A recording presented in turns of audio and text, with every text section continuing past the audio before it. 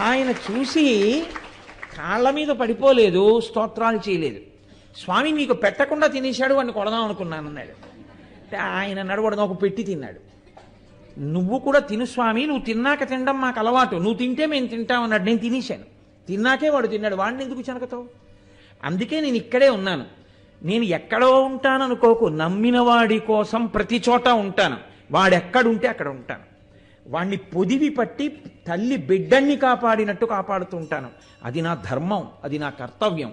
కాబట్టి నేను ఈ రకంగా నీ బిడ్డకి దర్శనం ఇచ్చానన్నాడు. రాజుగారికి తీసుకెళ్లి వెంకటేశ్వర స్వామి వారు శ్రీదేవి భూదేవి సహితుడై ఉండగా పరిచయం చేశాడండి ఆ బోయేవాడు. స్వామి ఈయనకి తెలియదండి పాపం, మిమ్మల్ని వెతుక్కుంటున్నారు, నేనే చెప్పాను ఇక్కడికి రమ్మని అని పరిచయం చేసి చామదుంపలు ఉడికినవి స్వామికి పెట్టి ఆ ప్రసాదం రాజుగారికి పెట్టించాడు అతను. మీరు వెంకటేశ్వర స్వామి వారి యొక్క వృత్తాంతాన్ని చాలా జాగ్రత్తగా పరిశీలిస్తే ఆయన బాగా అనుగ్రహించింది ఎవరినో తెలుసా అండి? మాకిన్ని తెలుసు, మాకన్నీ తెలుసు, మాకిన్ని విషయాలు చదువుకున్నాం, మాకిన్ని మంత్రాలు వచ్చనో, లేకపోతే మాకింత ఐశ్వర్యం ఉందనో, నేను ఇంత గొప్పవాణ్ణనో అన్నవాడి ఎవ్వడికీ ఆయన చిక్కలేదు. వటుర్వాగేహీ వా యతిరపి జటీ వా తదితరో నరో వా యక్కశ్చిద్ భవతు భవ కింకేన భవతి యదీయం మృత్పద్మం యది భవదీనం పశుపతే తదీయస్తం శంభో భవసి భవ భారంచ వహసి అంటారు శంకరాచార్యుల వారు. నువ్వు బ్రహ్మచారివా, గృహస్థువా, వానప్రస్థువా, సన్యాసివా, ఎవడకు కావాలి? నువ్వు నీ మనసు ఈశ్వరుడి దగ్గర పెట్టావా చెప్పు, ఈశ్వరుడు నీ కొరకు నీ వెంట పరిగెడతాడంటారు. అలా ఆ బోయవాణ్ణి అనుగ్రహించాడు మహానుభావుడు. అటువంటి వెంకటాచల క్షేత్రం ఇప్పటికీ ఎంతమంది భక్తులకు ఎన్ని రకాలుగా, ఎంతెంత అమాయకులైన వాళ్ళు, ఏమీ తెలియనటువంటి వాళ్ళు ఆ వెంకటాచలం కొండకు వచ్చేస్తారు. అయినా కూడా అంతమంది అంత తృప్తితో వస్తున్నారు అంటే అక్కడ ప్రచ్ఛన్నంగా కనపడకుండా ఉండి వచ్చిన వాళ్ళందరూ తృప్తి పడేటట్టు వెళ్ళేటట్టు చేస్తున్నవాడు వెంకటేశ్వరుడే. ఆయనే చేస్తున్నాడు. ఆయన అలా అనుగ్రహించి ఉండి ఉండకపోతే నిజంగా ఆ క్షేత్రానికి వెళ్ళి దర్శనం చేసుకోవడం అంత సామాన్యమైన విషయం అండి. ఇవాళ ఒక ఏమీ చదువురాని వాడు ఎక్కడి నుంచో వస్తే అంత తేలిక కాదు.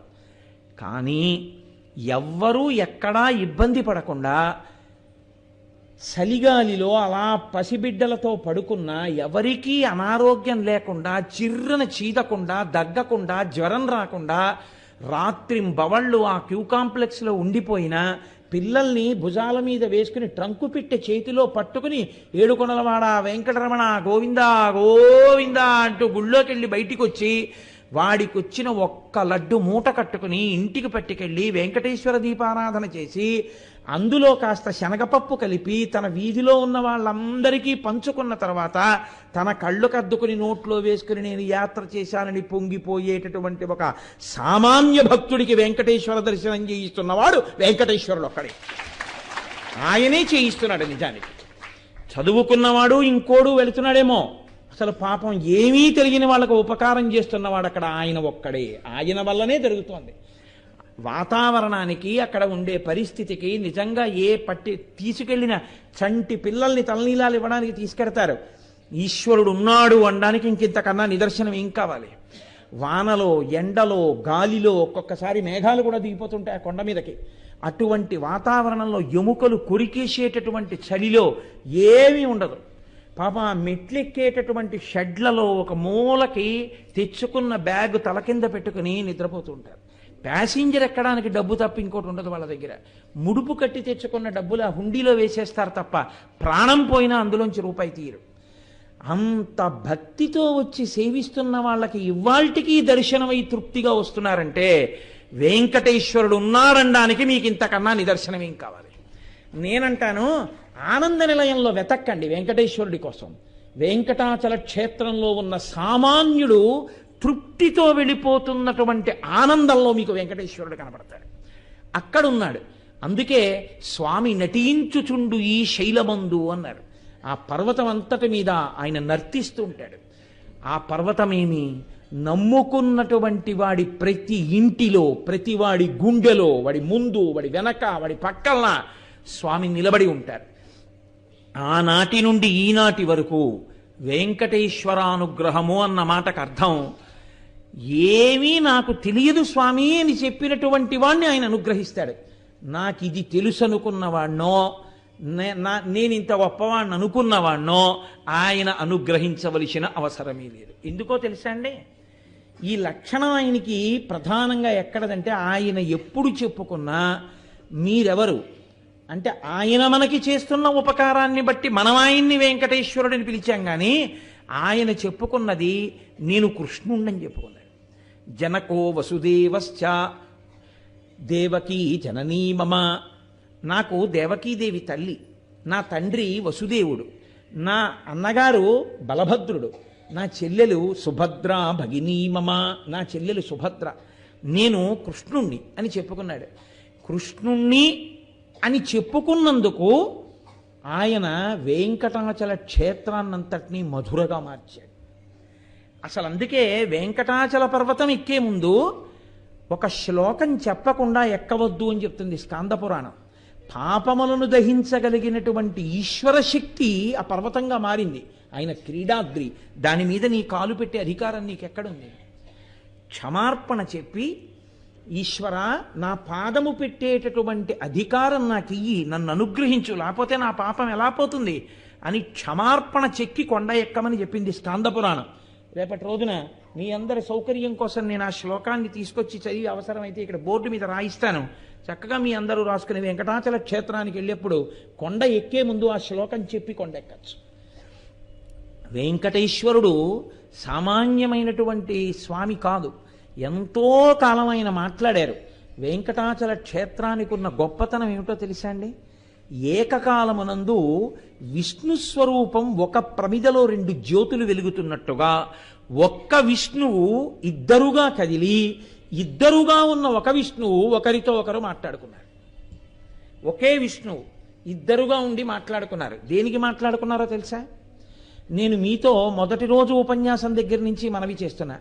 రామచంద్రమూర్తి తన ప్రవర్తన చేత ధర్మాన్ని లోకానికి నిరూపణం చేస్తే, కృష్ణ పరమాత్మ భగవద్గీతని బోధ చేసి లోకానికి అనుసరణీయమైన మార్గాన్ని ప్రబోధం చేస్తే, వెంకటేశ్వర స్వామి వారు ప్రబోధము చేయలేదు. కానీ ఆయన ఆవిర్భావం కదలిక దగ్గర నుంచి ఈ లోకంలో మనం ఎలా మెసలుకోవాలో ఆయన నేర్పారు. లోకధర్మము దేశాచారము అని ఒకటి ఉంటుంది. కలియుగ లక్షణం అంటే ఎలా ఉంటుందో ఆయన నిరూపించారు.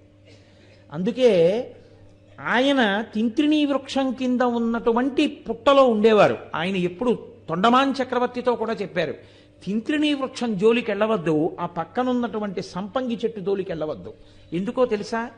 ఈ వెంకటాచల పర్వతం మీద సాక్షాత్తుగా నేను ఏ వాల్మీకము నుండి ఆవిర్భవించానో అదే దేవకి వాల్మీకో సాక్షాత్, వాల్మీకో దేవకీ సాక్షాత్. ఆ వాల్మీకము పుట్ట ఉన్నదే, నేను బయటికి వచ్చిన పుట్ట, అదే దేవకీదేవి. తల్లి దేవకీదేవిని నేను ఆ పుట్టగా మార్చుకున్నాను. నా తండ్రి అయినటువంటి వసుదేవుడు ఉన్నాడే, ఆయనే వసుదేవోదతింత్రిణి. ఆ వసుదేవుడే ఆ నీడ తిరగనటువంటి చింత చెట్టు. ఇప్పుడు లేదు, ఆ చింత చెట్టే వసుదేవుడు. ఈ శేషశైలం అనేటటువంటి పర్వతం ఉందే, ఈ శేషశైలం అనేటటువంటి పర్వతమే నా అన్నగారైనటువంటి బలభద్రుడు. నేను యమునా నదితో బాగా సంబంధం ఉన్నవాడను. నా పుట్టుక దగ్గర నుంచి నా రాసక్రీడ వరకు యమునా నది ఒడ్డుని. ఆయన పుట్టగానే ఆయనే చెప్పి ఆయనని తల మీద పెట్టుకున్నటువంటి వసుదేవుడికి యమున దారి ఇచ్చింది. నాకు యమునతో అంత అనుబంధం. స్వామి పుష్కరిణియే యమున. ఇక్కడ తిరిగేటటువంటి క్రూర మృగాలతో సహా ప్రతి మృగాలన్నీ కూడా నాతో కలిసి ఆడుకున్న గోపాల బాలురు. ఈ కొండ మీద ఎగిరేటటువంటి పక్షులన్నీ నాతో కలిసి విహరించినటువంటి గోపకాంతలు. కాబట్టి ఇది మధుర. నేను ఇక్కడ కృష్ణ భగవానుడిగా తిరుగుతూ ఉంటాను. ఆనాడు కృష్ణ భగవానుడు ఏమీ తెలియనటువంటి అజ్ఞానంలో ఉండి తలకడిగితే మొలకడగలేక, మొలకడిగితే తలకడగలేక, ఉదయం లేచి స్నానం చేయకుండా నిన్న వండిన చద్దన్నం పట్టుకుని ఉట్టిలో పెట్టుకుని అరణ్యానికి వెళ్ళి పశువుల్ని కాసి అందరి మధ్యలో కూర్చుని ఎడంచేతిలో అన్నపాత్ర పట్టుకుని నిలబడి దుమ్ముతో ధూళితో ఉన్నటువంటి శరీరాన్ని స్నానం చేత పవిత్రం చెయ్యకుండా ఆ అన్నం తీసి తినేటటువంటి లక్షణం ఉన్నటువంటి అసలు ఏ సంప్రదాయ నిష్ట లేనటువంటి పరమాజ్ఞులైన గోపాల బాలురు ఎవరున్నారో అటువంటి వారి మధ్య నేను కోరి కోరి తిరిగినటువంటి అవతారం కృష్ణావతారం. అంత సౌలభ్యం. ఎవరికి నేను దొరికానంటే ఏమీ తెలియనటువంటి వాళ్ళ మధ్యలో నేను ఆడుకున్నాను.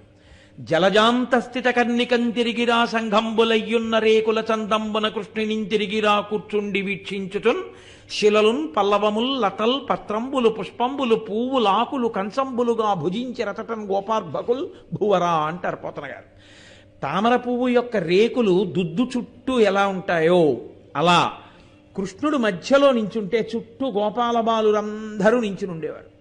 వాళ్ళు తెచ్చుకున్న ఊరగాయలన్నీ వాళ్ళు నాకి ఆ ఎంగిలి ఊరగాయ కృష్ణ నువ్వు తిను అని ఆయనకి ఇస్తే ఆ వేళ్ల మధ్యలో ఆ ఊరగాయని ఇరికించుకుని ఆ ఊరగాయని ఈ పెరుగన్నంలో కలుపుకొని నిలబడి తింటుండేవాడు. అంత సౌలభ్యం. అందుకే ఆ లీలాశుకుడు కృష్ణకర్ణామృతాన్ని చేస్తూ అత్యద్భుతం అమృత భాండం లాంటి శ్లోకం ఒకటి చేశాడు. ఆయన అన్నాడు, గోపాల బాలక శతైరనుగమ్యమానం. ఆయన గోధూళి ధూసరిత కోమల గోపవేషం సాయంతనే ప్రతిగృహం పశుబంధనార్థం గచ్చంతమచ్యుత శిశుం ప్రణతోస్మి నిత్యం అన్నాడు. నేను ప్రతిరోజు నమస్కరించుచున్నాను. ఎటువంటి కృష్ణునికి నమస్కరించుచున్నాను అంటే గోపాల బాలక శతైరనుగమ్యమానం. ఆయన వెనకాతల ఎప్పుడూ 100 మంది గోపాల బాలురు తిరుగుతుంటారు. శతైహి అంటే నిజంగా 100 అని కాదు, బోలెడంతమంది గోపాల బాలురు తిరుగుతుంటారు. ఏమిటి వాళ్ళకున్నది? ఏమీ లేని వాళ్ళకున్న అధికారం. నిజంగా రాశీభూతమైనటువంటి పరమాత్మ వెంట తిరగడానికి చేసుకున్నటువంటి పుణ్యం ఇది అని చెప్పడానికి, ఆయన్ని ముట్టుకోవడానికి వాళ్ళకి అధికారం ఉంది అని చెప్పడానికి మీకు పైన ఏ అధికారము వాళ్ళ గురించి చూస్తే కనపడదు. ఆవుల వెంట దూడల వెంట వెళ్ళి పశువులు కాసుకునేటటువంటి పిల్లలు కృష్ణావతారంలో ఆయన వెంట తిరిగారు. తిరిగి అటువంటి వాళ్ళందరూ ఆయన గోధూళి ధూసరిత కోమల గోపవేషం. ఆ ఆవులు దూడలు పరిగెడుతుంటే వాటి డెక్కల మించి పైకి రేగినటువంటి ధూళి అంతా ఒంటి నిండా పడుండేది. అలా ఒంటి నిండా ధూళి పడిపోయినటువంటి చిన్ని కృష్ణుడు సాయంతనే ప్రతిగృహం పశుబంధనార్థం.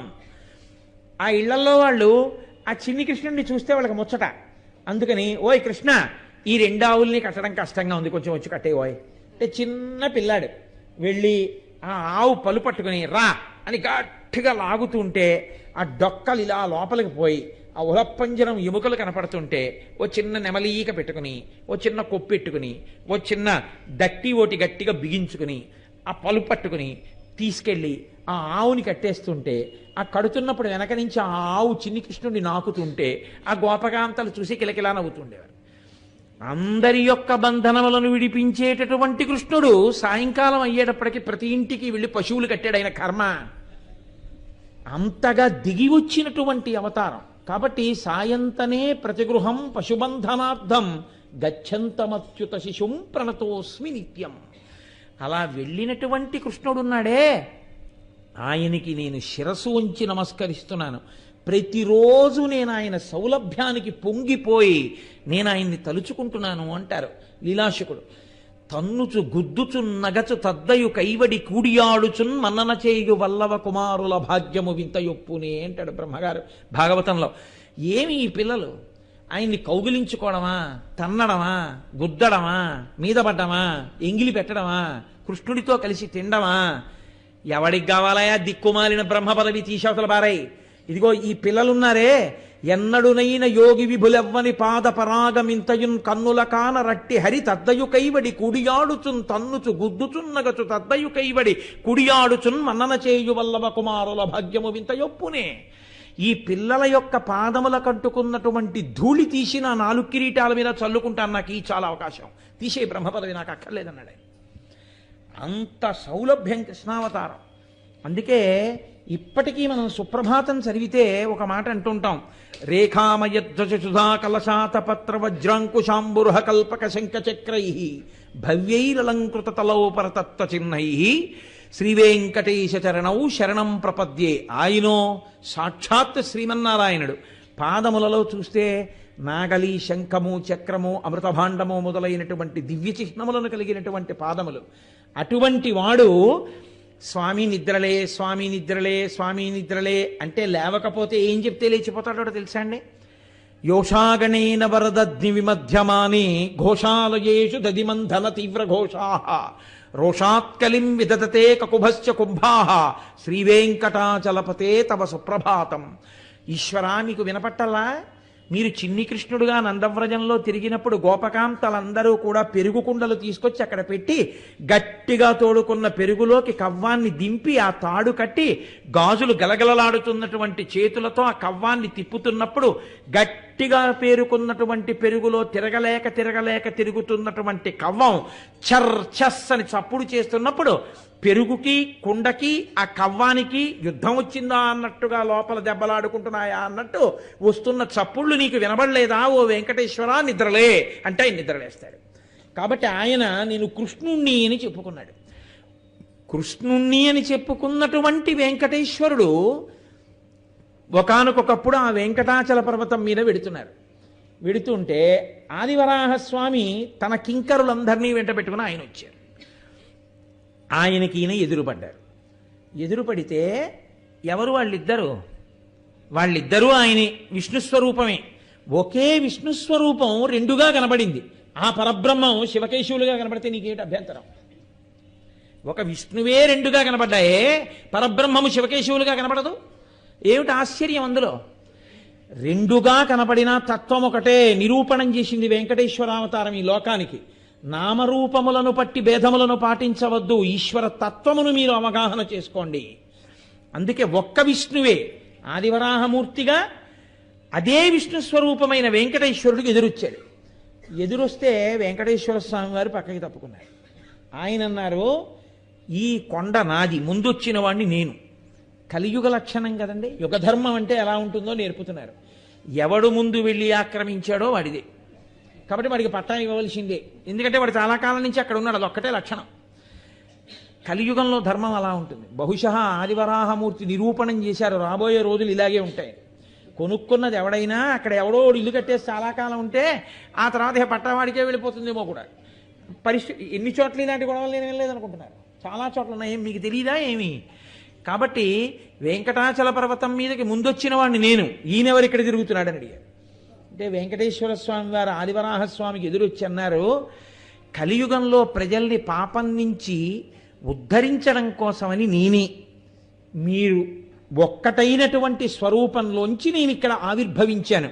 కాబట్టి కలియుగం అయిపోయేంత వరకు నేను ఇక్కడుండి భక్తులను ఉద్ధరించాలి. కాబట్టి నాకు ఏదైనా స్థలం ఇవ్వండి అన్నారు. అంటే ఆదివరాహమూర్తి ఏమన్నారో తెలుసా అండి? ఇది కలియుగం అయ్యా, అలా ఇవ్వండి అంటే ఇచ్చేయడం కుదరదు. స్థలం మౌల్యేన గృహ్యతాం, డబ్బిచ్చి కొనుక్కోండి అన్నారు. అంటే వెంకటేశ్వర స్వామి వారు అన్నారు, ఇద్దును, లక్ష్మి దగ్గర లేదు, కరవీరపురంలో ఉంది. కాబట్టి ఏమిమ్మంటారు, ఎలా ఇమ్మంటారు? అందుకని నేను మీకు ఒక వరం ఇస్తాను, ఆ వరాన్నే ద్రవ్యంగా స్వీకరించండి. ప్రథమం దర్శనం చాస్యాత్ నైవేద్యం క్షీరసేచనం ఇదం వరం ద్రవ్యామి దదామి కరుణానిధే. ఓ కరుణానిధి, అడిగిన వాడికి ఇచ్చే డబ్బు దగ్గర లేనప్పుడు బతిమాలుకోవద్దండి, బతిమాలుకుని మాట్లాడద్దు. అంత లేదండి కొంచెం తగ్గించండి ఆ రేట్ అని అనడం, ఇంకో మాట అనొద్దు. కాబట్టి ఇప్పుడు ఇచ్చేస్తాను, రిజిస్ట్రేషన్ వేళకి మిగిలింది చదువుతాను, అగ్రిమెంట్ రాసుకుందామనో ఏదో బతిమాలుకోవద్దు. మీకు ఆ స్థలం కావాలంటే ఎలా ఉంటుందో భూమిని కొనడం అంటే చూపించింది అవతారం. కాబట్టి ఆయన అన్నారు, ప్రథమం దర్శనం చాస్యాత్ నైవేద్యం క్షీరసేచనం. కలియుగంలో వెంకటేశ్వర స్వామి వారిని అందరూ నమ్ముకుని ఏడుకొండలవాడ వెంకటరమణ గోవిందా గోవిందా అంటూ నా చుట్టూ తిరిగినా మొట్టమొదట ఎవడు వస్తూనే నా దగ్గరికి దర్శనానికి వస్తాడో వాడు దర్శనం చేసుకున్నా చేసుకోని వాడిగానే లెక్కలో తీసుకుంటాడు. మొట్టమొదట మీ దర్శనం చేసి తర్వాత నా దగ్గరికి రావాలి. మీ దర్శనం చేయకుండా నా దగ్గరికి వస్తే వెంకటేశ్వర స్వామి వారి దగ్గర రిజిస్టర్ ఉంటుందా అంటారేమో, ఇలా ఉంటారు. ఆయన అన్నీ గమనిస్తుంటారు. ఇలా కళ్ళు తెరిచి చూసిన వాడు గాడు, చక్కగా ఇలా ఉండి అన్నీ తెలుసుకుంటుంటారు. ఆయన విప్పాడో తెరిచాడో కూడా తెలియనంత ఊర్ధపుండ్రాలు పెట్టుకుని ఉంటాడు. మీరు ఏం చేసి వచ్చారో ఆయన అన్నీ కనిపెట్టగలడు. కాబట్టి ఆదివరాహస్వామి దర్శనం మొదట చేసిన వారెవరున్నారో వారికి నా అనుగ్రహం. ఆదివరాహస్వామిని దర్శనం చేయకుండా నా దర్శనానికి వస్తే వాళ్ళు దర్శనం చేసినా చెయ్యని వారి కిందే నేను లెక్కలో వేస్తాను. కాబట్టి వెంకటాచలం వెడితే మొదట దర్శనం చేయవలసింది ఎవరిని? ఆదివరాహస్వామి దర్శనం చేయకుండా వెళ్ళకూడదు.